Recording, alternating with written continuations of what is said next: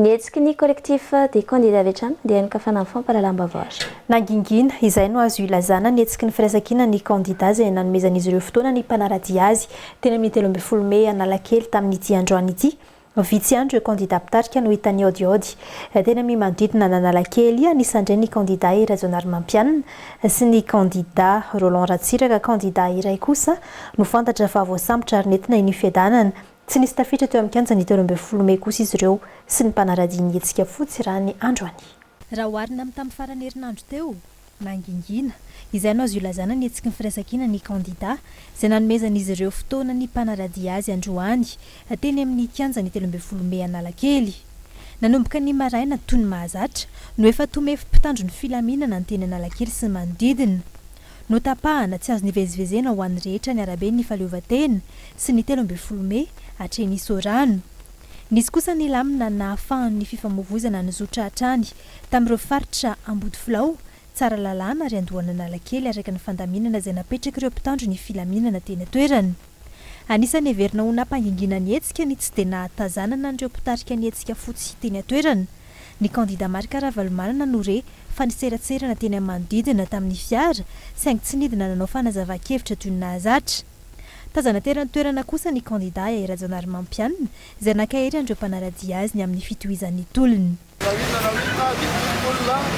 Fantatsika tsara ny efa lasota amin'ireny asabotsy ireny tiakely ireny zavatra ireny tsika dia maneho hevitra taka ny olona rehetrarehetra taky fifidianana madiotsika taky tany tandalana isika mbola tsy tanteraka izany ary tsisy fifidianana lamina raha izao ny fandehan'ilay izy satria dia tsy manetsika mihitsy izay atao hoe na dia liakikely reto rapanjakany reto hirisona amin'izany fifidianana madio izany ka dia tofoana tolotsika. Anisan'ny tazana teny tsara lalana ihany koa ny candidat Roland Ratsiraka.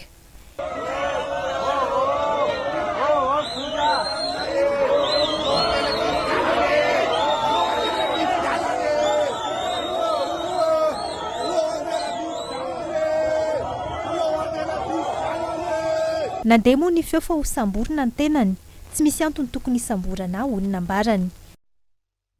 Ino ny antony hisamborana anazy fa maninona efa sambora ianao mizahatra nataonao voalohany aloha za solombavambahoaka tsara ataony préfet anatin'ny lohany zany fa za solombavambahoaka en session parlementaire donc tsy fantatra fa misy immunité parlementaire faharoa za candidat l'élection présidentielle tsy zavatra atahorako zany mihitsy hoe ho samborana tsy matahotra an'izany mihitsy. Minitra maromaro tao alohan'io kosa no voasambotra teny atoerana ary nentina enifiadanana ny candidat Jean-Jacques Ratsetsan. Raha ny hita manodidina ny Analakely moa dia tsy dia nisy ireo mpanaradia nietsika ny famorovory toy ny mahazatra, ny toy ny andavanandro ny fiainan'ny mponina tamin'ny ankapobeny. Fanamarana nataony Emonat kosa indray no nizana fiarana ary. Nandray fepetra iarovana andreo candidat filoham-pirenena miisa 13 ka hanome azy ireo mpiambina manokana avy ho an'ny fianakaviany sy ny trano fonenany ny fibaikoana ny mpitandro ny filaminana araka ny fanazavana izay nataony avy eo anivon'ny Emonat tamin'ity androany ity. Mila fangatana fahazondalana avy amin'ny préfet Antananarivo ny fanaovana fihetsiketsehana ary tsy azo ataony maneho hevitra eo amin'ny kianja 13 Mey Analakely na ho andreo mpanao fihetsiketsehana zany na ho andreo mpanao fampielezan-kevitra ho hiatran'ny Emonat. Hiezaka ny ampisy fitonina sy filamiana mialoha mandritra aorin'ny fifidiana ireo mpitandro ny filamiana eo anivon'ny Emonat. Mikasika ny hetsika famirim-bahoaka indray dia mazava ny fanambarany fa na ny mpanao fihetsiketsehana tsy nahazo lalana na ireo mpanao fampielezan-kevitra dia samy tsy avela miditra eo amin'ny kianjan'ny 13 Mey Analakely avokoa. Mila fangatahana fahazoan-dalana avy amin'ny préfet Antananarivo ny fanaovana fihetsiketsehana ka arovan'ny mpitandro ny filamiana ny hetsika rehetra amin'izay itoerana tendreny sy nankatoavin'ny préfet. Ankoatr'izay dia nandray fepetra iarovana ireo candidat filoham-pirenena miisa 30 sy ny fianakaviany ary ny trano fonehany ny fibaikoany ny mpitandro ny filamiana araka ny fanambarana nataony tetsy amin'ny toboka tsy mandrava androany. Araka ny andro vaovao koa izay azo ato amin'ny fitampona filaminana maneran'nosy a dia misy nikonikonina fifofona ny hain'ireo kandida reo azonay fa mba ialana amin'ny patsaraitsy mivava dia andray fipetra ny emonaty anokana ireo mpiambina manokana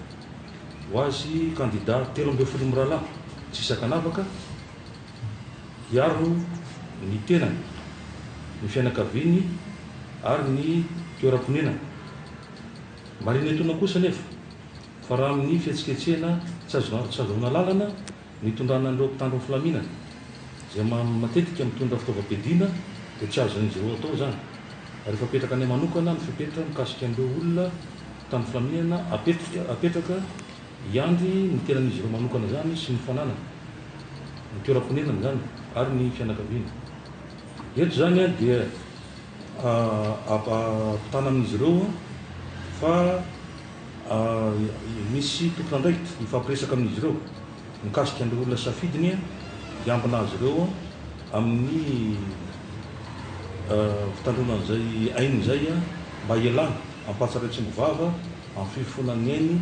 sasatsasany amin'izy ireo zany zany ny raisina dia mba hitondrana foana ny fitoniana mandritra eo aloha mandritra ary eo aminany fifidianana. Tsy fahavalom-bahoaka ny mpitandro filaminana na dia misy ny tendrom-po tsy mba namana nataony ireo namany sasany ary efa andalana manitsy azy ireo izahay sy mandray fepetra manodidina izany ho hatrany ny enivon'ny emonate notsipiany fa tsy nisy namoy ainy tamin'ny sabotsy lasa teo iny fa faharatrana vokatry ny fifandohana tamin'ireo mpitolona nandritra ny fandamihana famerehana ny filamiana sy fitoniana no natao. Fanana hevitra tamin'ity androany ity ny kandida Rajaonarimampianina. Mitaky ny amotsorana farany izay aingana ny kandida Jean-Jacques Hatsetson izay nosamboatra ny mpitandro ny filaminana androany ny kandida Rajaonarimampianina izay ao anatin'ny collectif des candidats tsisy fifidianana milamina eto raha izao no zava-misy onona marany vao maika manamafy ny tolona ny zava-misy toy ireny hoy ny fanazavana. Tena vao maika mapakatra mihitsy lay tany lay herisetra-panjakana ny fitira-panjakana amin'ny alalan'izao fisamborana izao kandida anke maneho hevitra anke ny kandida Hatsetson ary tsy vao androany ihany io fa efa nandritra ny herinandro maromaro no nanaovany an'izany ary tsy izy amin'ny kandida irery no miteny fa ny vahoaka maro manaraka azy manina tsy samborana koa ny vahoaka izay miaraka amin'eo zany mbola mampiseho amintsika amin'izao fotoan'izao fa dia misy ny fampiororona atao na dia amin'ny kandida azy zany zavatra tena tsy fanao mihitsy zany eo amin'ny fitantanana andalam-pirenena teo amin'ny toeran'io ireo olona eo amin'izao fotoan'izao ireo no nampiasa ny herisetrany amin'ny endriny maro samihafa tokony ho tadidiny zareo zany tokony ho fantatry zareo zany fa tsy olona anankiray tahaka ny reny zay tsy mampiasa herisetra akory tsy mitondra fitaovam-piadiana akory tsy manao inona akory no ampiarana zazavazana ka dia za dia mangataka aloha ny amotsorana azy aingana dia aingana satria tsy misy antony kely varavety azy tokony hitazomana azy tolona dia mitoy tsy zany angeno anakana ny olona tsy hiteny tsy zany angeno anakana ny olona tsy aneho hevitra voamaika ary zany manosika ny olona hitezitra aneho heviny ary anohatra an'izany fanaparam-pahefana zay ataony fitondrana zany amin'ny lalan'ireo zandary na polisy na mihafa zay manao an'izany asa izany.